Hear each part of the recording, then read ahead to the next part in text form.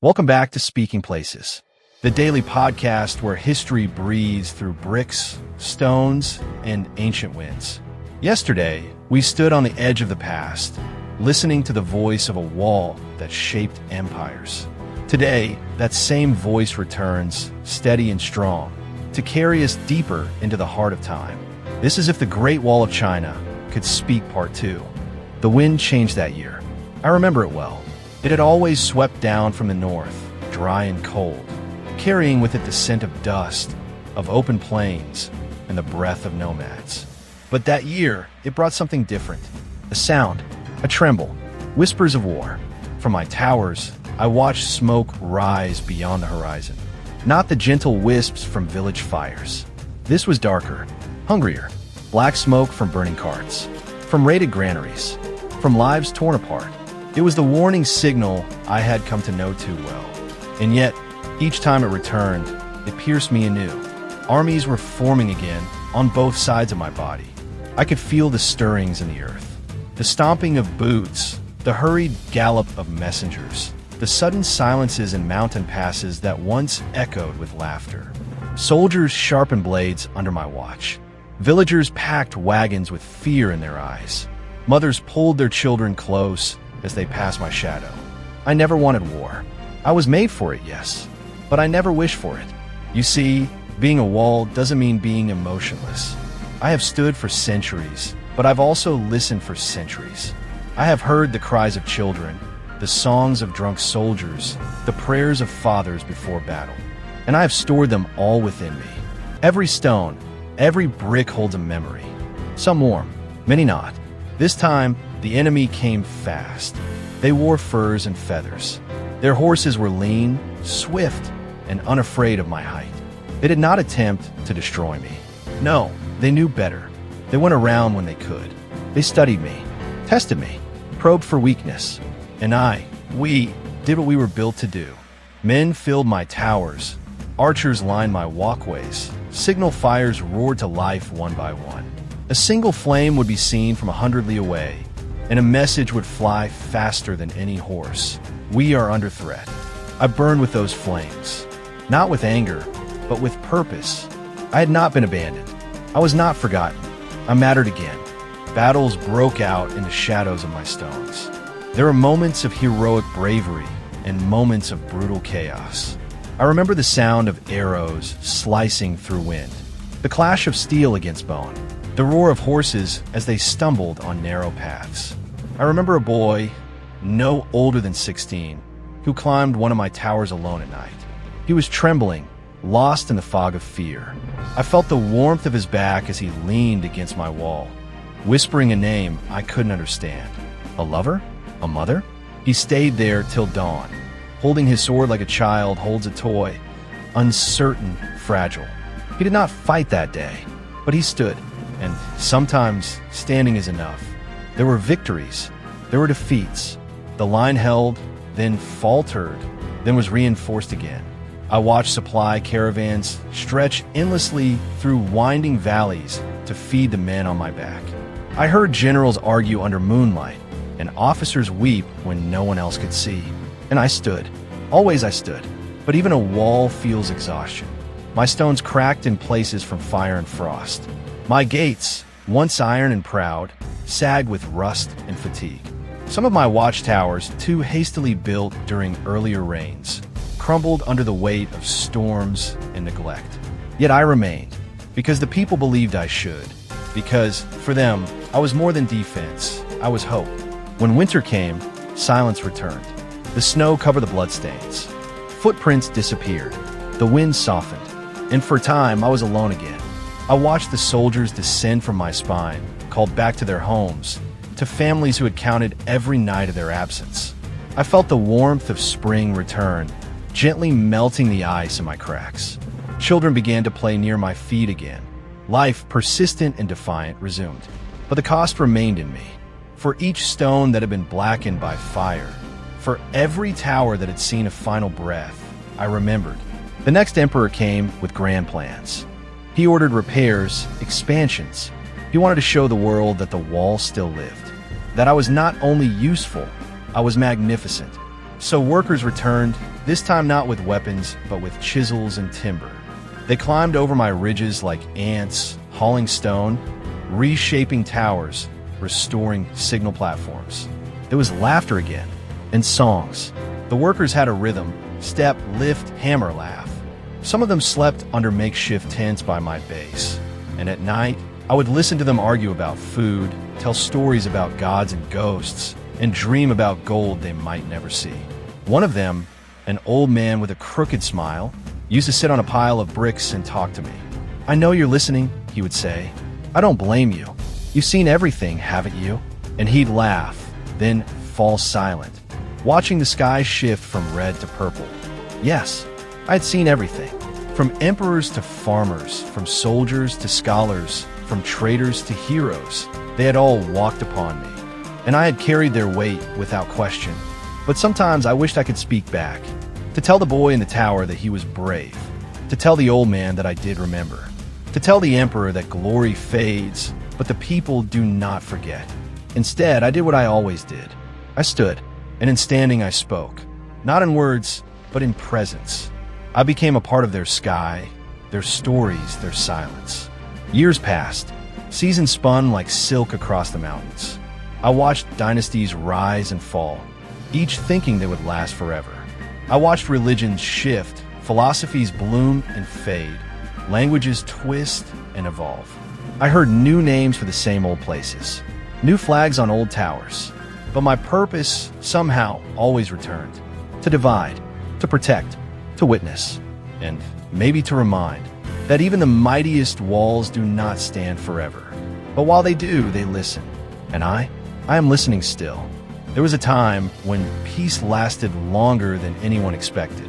The soldiers stopped coming, the messengers grew fewer, and the watchtowers began to stand empty. The fires that once roared with alarm now rested cold in their stone bowls. At first, I waited for the noise to return, for hooves, for horns, for urgent voices on the wind. But the years stretched, silent and wide. Instead of warriors, I saw traders. Their wagons came heavy with silk, spices, and porcelain. Horses jingled with bright bells and embroidered cloths. Laughter replaced the sound of drums. And instead of watching for enemies beyond the hills, my towers began to watch over caravans weaving through the valleys. This was not the life I was made for, but I did not mind it. They called it the Silk Road, and it was beautiful. Men from far-off lands walked beside camels. They wore robes I had never seen and spoke in rhythms that danced like river water. Some came with beards and bright eyes, others with thin shoes and baskets of tea. They greeted each other with careful bows, exchanged words I couldn't understand, then moved on, always moving, always carrying stories in their bags. I became a landmark for travelers, a point to rest, to wonder, to write about in journals and letters sent across deserts. Some touched my bricks and whispered prayers for safety. Others climbed my towers and looked out, amazed that something so large, so long, could exist at all. Many wept, not from sadness, but from the weight of distance, the miracle of reaching a place they had only heard about in tales. There was a man once, a scholar from a faraway kingdom.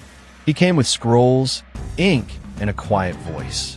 Every evening, he sat at the base of my southern side, writing down what he saw, how the clouds shifted over the mountains, how children played between the stones, how my wall curved like a sleeping dragon across the earth. He called me a wonder. He said I was not just a wall, but a memory of ambition. He understood what many didn't, that I was not built in one lifetime or even by one idea. I was shaped by thousands of dreams, stretched and stitched together across ages. Sometimes people asked how long I was, and I wanted to say, long enough to hold a nation's breath. Other times they asked why I was built, and I wanted to whisper, to keep fear outside, but also sometimes to keep fear in. They never knew what to do with that answer. But the scholar, he wrote it down. I remember the quiet evenings during those years, the way twilight would paint my stones golden, and how lanterns from distant caravans would glow like stars moving below. The earth would sigh in relief, no longer trembling with marching feet. I felt peace in every breeze that passed through my cracks. I am not made of one kind of stone. I am made of mud, brick, granite, and mountain. Some sections are tall and proud. Others are broken and humble. And yet, across those peaceful years, I felt like one continuous breath stretched between mountains and time. Then came the storms, not of war, but of change. New rulers, new visions.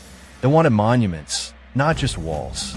Palaces of white marble, roads that could outshine the stars. My age began to show. Moss crept deeper into my edges. Grass sprouted between bricks. In places where no battles had reached, silence began to take root too deep. Some began to see me as old, useless, a relic. They moved their cities southward. They built towers not from stone, but from gold and wood.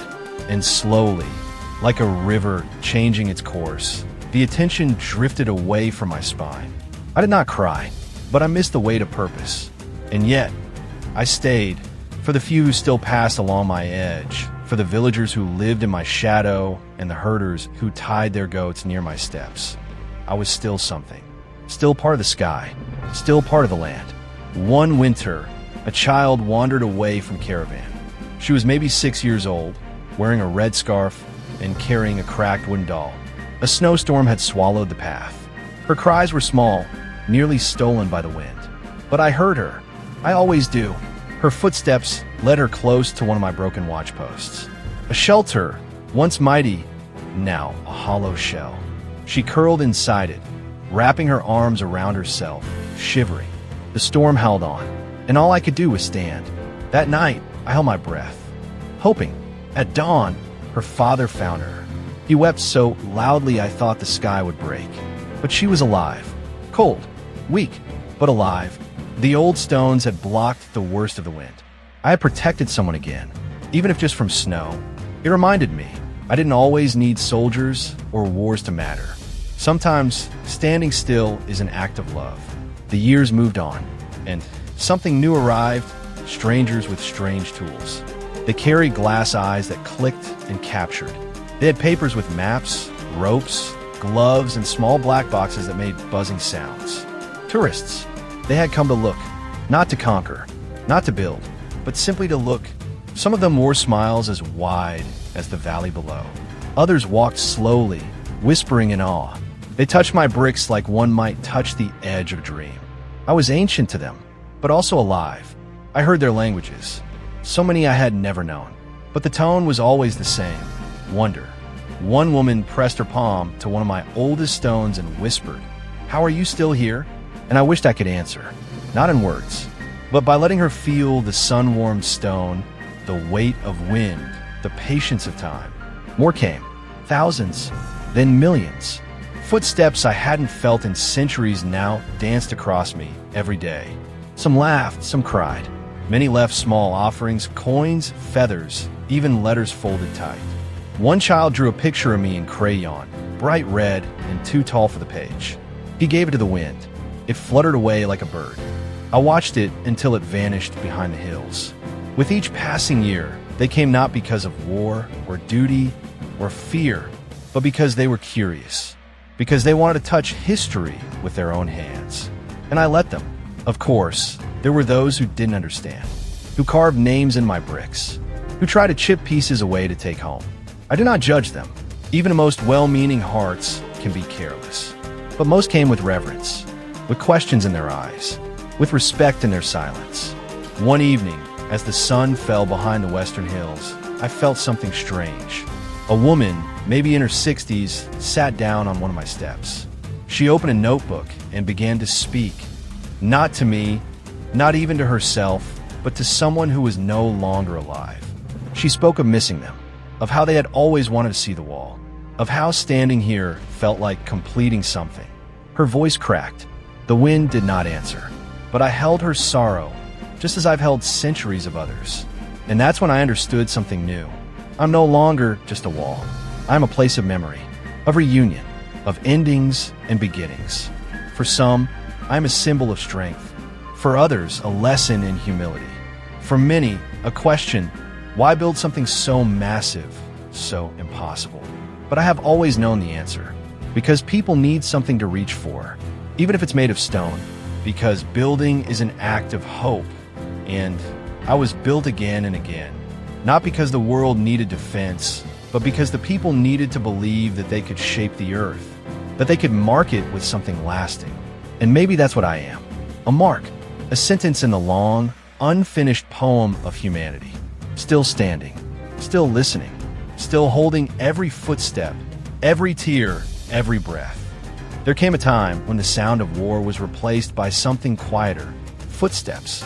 Not soldiers, but travelers. Curious people. People who came not to conquer, but to understand. They walked along my old stones, looking out the mountains, taking pictures, speaking in many languages. For some, I was a dream. For others, a mystery. A child once ran his hands along my wall and whispered, "This is real." Yes, little one, I am real. I am old. I am still here. Tourists arrived from all corners of the world. Some brought umbrellas, some wore bright clothes. They came with smiles, with questions. Some were silent, just taking in the view. Some laughed loudly. Couples posed for photos. Children climbed where they shouldn't. I didn't mind. It was life. And after so many years of silence, I welcomed the sound of living hearts. But I must admit, it wasn't always gentle. Some stepped where they shouldn't. Some broke small pieces from my bricks to take home. Some carved their names into my body, thinking their mark would last longer than mine. Tom, 2018. Love from Alice. They didn't know how heavy that was. Every scratch, every missing brick, it added up. Not like swords or storms, but slowly, like time wearing down a mountain. Quiet damage, thoughtless damage. But others came to care for me, historians, villagers, workers with soft voices and careful hands. They cleaned the moss, repaired weak stones, and placed new bricks with old techniques. Not to make me perfect, but to keep me breathing. I remember one woman. She visited the same section of wall every week, just to sweep away leaves and clear the path. She never spoke much, but each time she finished, she placed her hand on the stone and bowed her head. A small moment, a quiet thank you, and I thanked her back with the cool wind from the hills. At night, when all is silent, I watch the stars above me.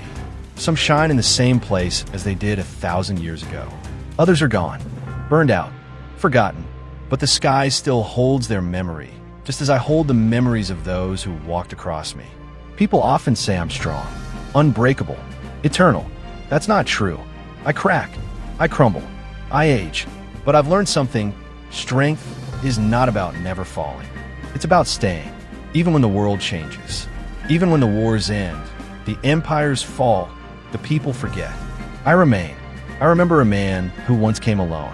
He climbed to the highest tower, stood still for a long time, then placed something small on the wall. A photograph. He whispered a name. I couldn't hear it, but I felt the sadness in his silence. He left quietly, but not empty. Some part of his sorrow he left behind with me, and I held it gently like a stone shaped by tears. Because I do not just carry history, I carry stories. Love, loss, wonder, in the quiet corners of my wall. Far from the tourists, the cameras, the noise, there are places where grass grows wild and birds make their nests. Few people go there, but I feel every sunrise on those stones. I feel the wind speak through the cracks. And in those moments, I know I am more than a wall. I am a memory with a heartbeat. People often ask, how long will the Great Wall last? I don't know, but I hope it's long enough. Long enough for one more child to touch my stone and wonder who built me. Long enough for one more elder to rest here and whisper an old name. Long enough for people to remember not the battles, but the silence after. Because in that silence, I speak best. I was once built to keep people out. That was my purpose, my reason. But now, people come to me. They walk across my spine not with fear, but with wonder. They don't carry swords. They carry stories, cameras, sandwiches, notebooks. They come not to fight, but to feel. Isn't that something? I remember when my stones echoed with the sounds of marching boots, war drums, shouted commands.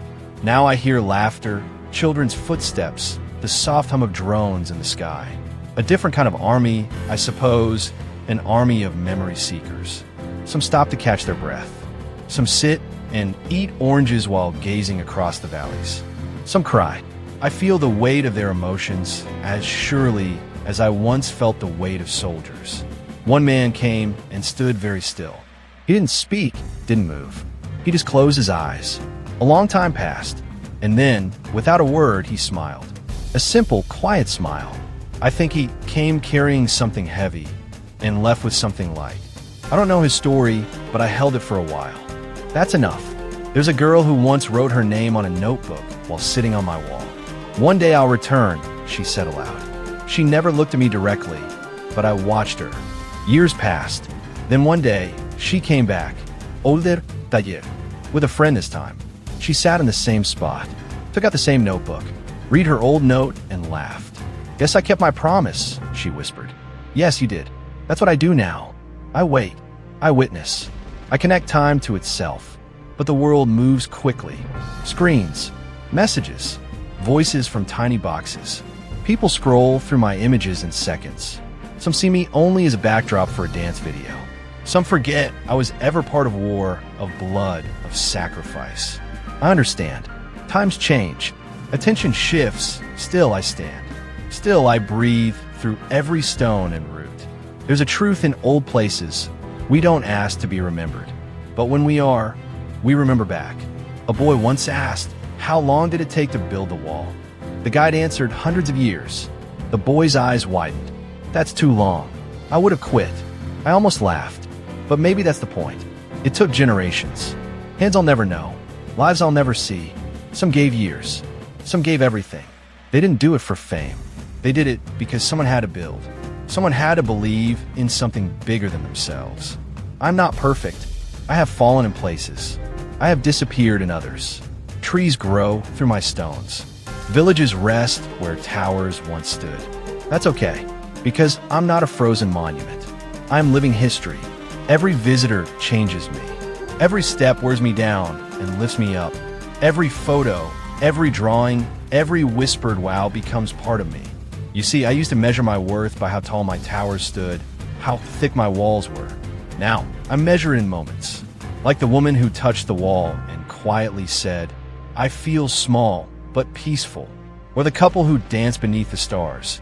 No music, just moonlight. Or the little boy who left a drawing of me tucked between two bricks. A gift, a memory. These are my victories now. Not battles won, but hearts opened. In some parts of me, there are no guides, no signs. Just broken stones and wild plants. Locals call them wild walls. They're dangerous to walk, but beautiful to see. Some prefer those parts. They say it feels more real. Untouched. Forgotten, maybe, but not unloved. I like that, because being loved doesn't mean being crowded. Sometimes, it means being respected from afar. People ask, what do you want to say, old wall? And I think, I would say this. Thank you. Thank you for looking up from your phones. Thank you for walking slowly. Thank you for asking questions. Thank you for caring, even if only for a moment. I know I'm just stones, just old, cracked stones on mountains. But if I can help someone feel something real, even for a moment, then I am more than a wall. I am a mirror. I am a memory. I am a voice in the silence. And I am still listening. So many feet have walked upon me. So many years have passed through me. Yet, I still remain. Once I was part of war. Then, I became part of memory. Now, I live in the space between. Not forgotten, not fully remembered, just present. People climb me, look out at the horizon, and ask, how far does this go? They mean the wall. But I always hear a different question. How far does history reach? How deep does memory run? You see, I'm not just long. I am layered. Every stone was laid by someone with a reason. Some wanted to protect. Some are forced to work. Some believed they were building something greater than themselves. Some just wanted to go home. And I carry all of them. I carry the hands that bled, the backs that bent, the dreams that didn't last, but mattered all the same. Once a storm came. It shook the mountains. Wind howled through my towers. Lightning struck close. And still I stood. Bruised, maybe, but standing. That's the thing about old walls. We don't break easily. Not because we're strong, but because we've already broken and rebuilt so many times before. Sometimes visitors ask, What's the meaning of the wall now? Is it a symbol? A memory? A monument? I say it's all of those things. And more. I've seen more than any single person can. Empires rise. Empires fall. Borders move. Languages change. But the mountains stay. And I stay with them. At sunrise, I shine gold. At sunset, I wear shadows. At night, the stars come closer. I've seen 1,000 moons. I'll see 1,000 more. And through it all, I wait. I wait for footsteps, for stories, for silence. Silence matters. It's in the silence that people finally hear me. A woman once sat alone for hours. No phone, no guidebook, no camera, just silence. When she finally stood, she whispered, "Thank you." And I whispered back, though she didn't hear. That's okay. Some things don't need to be heard to be felt. I'm not a voice shouting. I'm a voice waiting. And when you're ready to listen, I'm still here. My stones may crack, my paths may fade, but I remain in hearts, in stories, in the wind that moves through the hills. I remember, and if you remember me, just for a moment, then I've done my job. I don't need to be famous. I just need to be felt. To every visitor who slowed down, who looked with wonder, who asked a question with no easy answer, thank you. You are part of my story now, and I, perhaps, am part of yours. Thank you for joining me on this journey along the Great Wall of China. I hope my stories helped you feel the history and spirit held within these ancient stones. If you enjoyed this episode, please leave a comment and let me know which places you'd like to hear next. Your thoughts and suggestions mean a lot. They help keep this daily podcast alive and growing. Don't forget to subscribe and stay tuned for more voices from the past, right here on Speaking Places. Until next time, keep listening, keep wondering, and remember, every stone has a story to tell.